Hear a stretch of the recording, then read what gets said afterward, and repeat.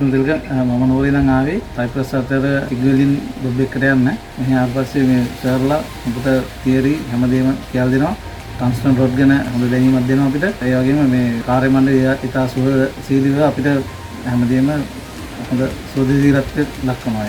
ඉග්වෙල් කෙනෙක් විදිහට පිටරට යනවා නම් රිලයන්ස් ශ්‍රී ලංකාවට ඇවිල්ලා හොඳ දැනීමක් ලබන්න හොඳ තියරි එකක් ලබා ගන්න ඇවිල්ලා මේ ආයතන සමග සම්බන්ධ වෙන්න කියලා තමයි කියන්නේ.